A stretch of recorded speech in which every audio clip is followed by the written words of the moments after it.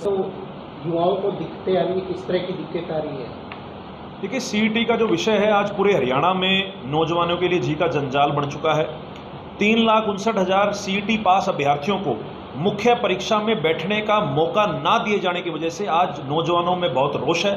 नौजवानों में इस पॉलिसी का जो है विरोध कर रहे हैं नौजवान, और उसका मुख्य कारण यही है कि सरकार ने जो पॉलिसी बनाई है जिसके अंतर्गत सिर्फ पब्लिसाइज्ड पोस्ट के 4 गुना, एडवर्टाइज्ड पोस्ट के 4 गुना अभ्यर्थियों को सरकार मुख्य परीक्षा में बैठने का मौका देगी, ये पॉलिसी सरासर गलत है। लगातार युवा कांग्रेस हम लोग इसका विरोध कर रहे हैं, सीईटी संघर्ष समिति के नौजवान इसका विरोध कर रहे हैं, और इसको लेकर हमने ऐलान किया था 10 जुलाई को कि हम लोग पूरे हरियाणा की प्रत्येक लोकसभा में जाकर इसके खिलाफ विरोध प्रदर्शन करेंगे।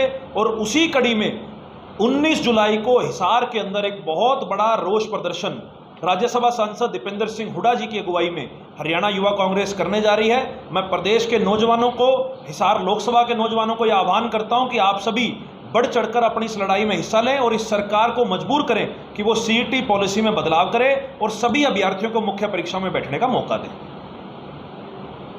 एक प्रदेश की देखिए, ये बात आंकड़े बता रहे हैं कि चाहे वो सीएमआई का डाटा हो या अदर जो सर्वे रिपोर्ट्स आ रही हैं, आज हरियाणा के अंदर बेरोजगारी सबसे ज़्यादा है।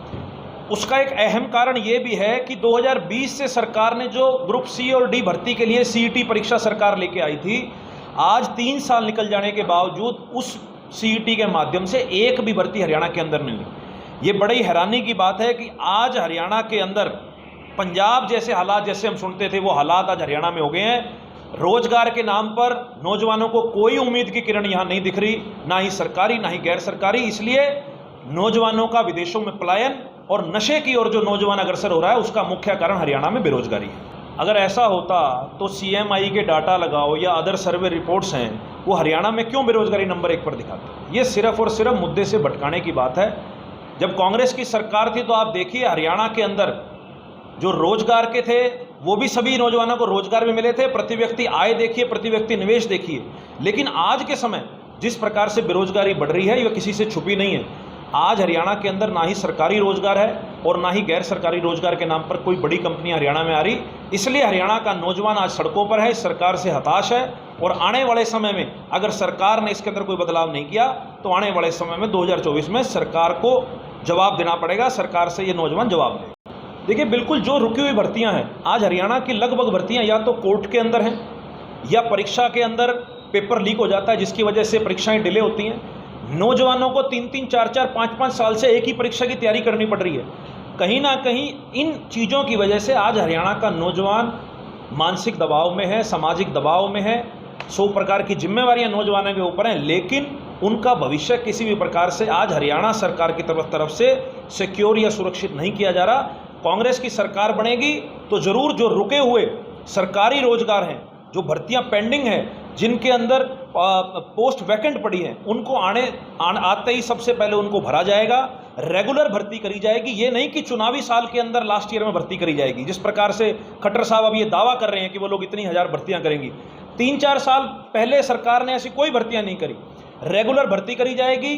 कैलेंडर इशू करे जाएंगे कि इस भर्ती का इस समय भर्तियां होंगी, ताकि नौजवानों को ये पता रहे कि साल के अक्टूबर महीने में ये भर्ती निकलेगी और साल के जून में ये निकलेगी, ताकि नौजवान उसी हिसाब से तैयारी कर सके।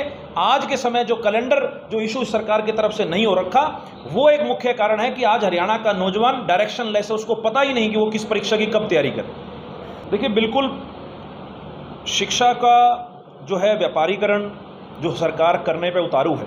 अभी कुछ समय पहले सरकार ने एक नोटिफिकेशन भी जारी किया था जिसमें यूनिवर्सिटीज़ को सेल्फ सस्टेन बनाने की बात करी थी। उसमें सरकार ने कहा था कि हम यूनिवर्सिटी को कोई बजट इशू नहीं करेंगे, लेकिन उसका विरोध इतना हुआ कि सरकार को बैकफुट पे आना पड़ा। देखिए, रोजगार देना सरकार का काम है, लेकिन उससे पहले शिक्षा, स्वास्थ्य, ये 2 बड़ी बेसिक चीज़ें हैं जो समाज के अंदर सरकार को बड़े सब्सिडाइज्ड रेट पे जो है नौजवानों को उपलब्ध करानी चाहिए। शिक्षा हर व्यक्ति का अधिकार है, चाहे वो स्कूली शिक्षा की बात हो और चाहे वो उच्च शिक्षा की बात हो। तो सरकार को ये ध्यान रखना चाहिए, सरकार को ये देखना चाहिए कि प्रत्येक नौजवान को अच्छे स्तर की शिक्षा मिले और कम रेट पर कम फीस पर शिक्षा मिले। तो हमारी यही सरकार को मांग है कि सरकार कॉलेजेस और यूनिवर्सिटी के अंदर जो है किसी प्रकार से फीस ना बढ़ाए और ताकि स्कूली और उच्च शिक्षा प्रत्येक नौजवान को मिल सके। हमारे बीच में युवा कांग्रेस हरियाणा के प्रदेश अध्यक्ष भाई दिवानशी बुद्धि राजा जी और तमाम जो हिसार ज़िले से संबंध रखते हैं हिसार लोकसभा से सभी पदाधिकारी आए हैं और 19 तारीख को होने वाले जो सीईटी के खिलाफ प्रदर्शन की रूपरेखा तैयार की गई है, जिसमें मुख्य अतिथि के रूप में सांसद हमारे लोकप्रिय सांसद दीपेंद्र हुड्डा जी पहुँचेंगे और सभी ने आपस में चर्चा की है कि किस प्रकार से प्रदर्शन करना है और संख्या के ऊपर चर्चा हुई है। देखिए, जहाँ तक इस सरकार की बात है, 3,59,000 युवा साथियों ने सीईटी क्वालिफाई कर रखा है और हमारे प्रधान जी बता रहे थे ऐसी कोई भर्ती नहीं जिसका पेपर लीक ना हुआ हो। और दूसरी तरफ कौशल रोजगार के ऊपर इन्होंने युवाओं के साथ खिलवाड़ करने का काम किया है। जब तक ये सरकार सत्ता से बाहर नहीं हो जाती, तब तक ऐसे युवाओं ने मजबूरन आंदोलन करने पड़ेंगे। हमारे हरियाणा युवा कांग्रेस के प्रदेश अध्यक्ष सम्मानीय भाई दिव्यांशु बुद्धि राजा जी ने आज हिसार जिले के युवा कांग्रेस के जितने भी हमारे पदाधिकारी हैं, कार्यकर्ता हैं, सबसे आह्वान किया है कि 19 जुलाई को माननीय राज्यसभा सांसद भाई दीपेंद्र सिंह हुड्डा जी की अगुवाई में एक रोषपूर्ण पद यात्रा निकाली जाएगी, जो हमारे कांग्रेस भवन से शुरू होकर और सेक्रेटेरिएट तक जाएगी। एक ज्ञापन मुख्यमंत्री के नाम उपायुक्त महोदय को सौंपा जाएगा।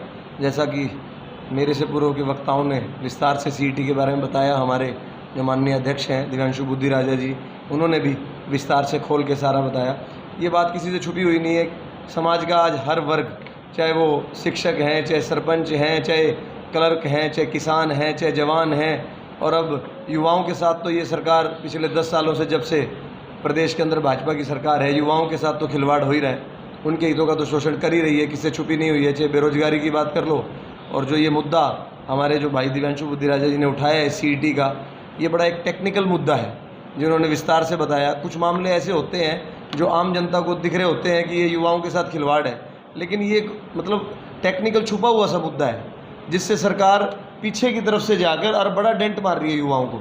तो इस मामले के अंदर जो पूरे प्रदेश स्तर पे जो अलग अलग लोकसभाओं के अंदर जो प्रदर्शन किए जा रहे हैं, उस कड़ी में हिसार में जो प्रदर्शन होगा 19 तारीख को, तो युवा भारी मात्रा में इस कुठारघाती सरकार के खिलाफ उस प्रदर्शन में शामिल होंगे और जल्द ही उम्मीद है कि 2024 के विधानसभा चुनाव में हरियाणा के अंदर कांग्रेस की सरकार बनेगी।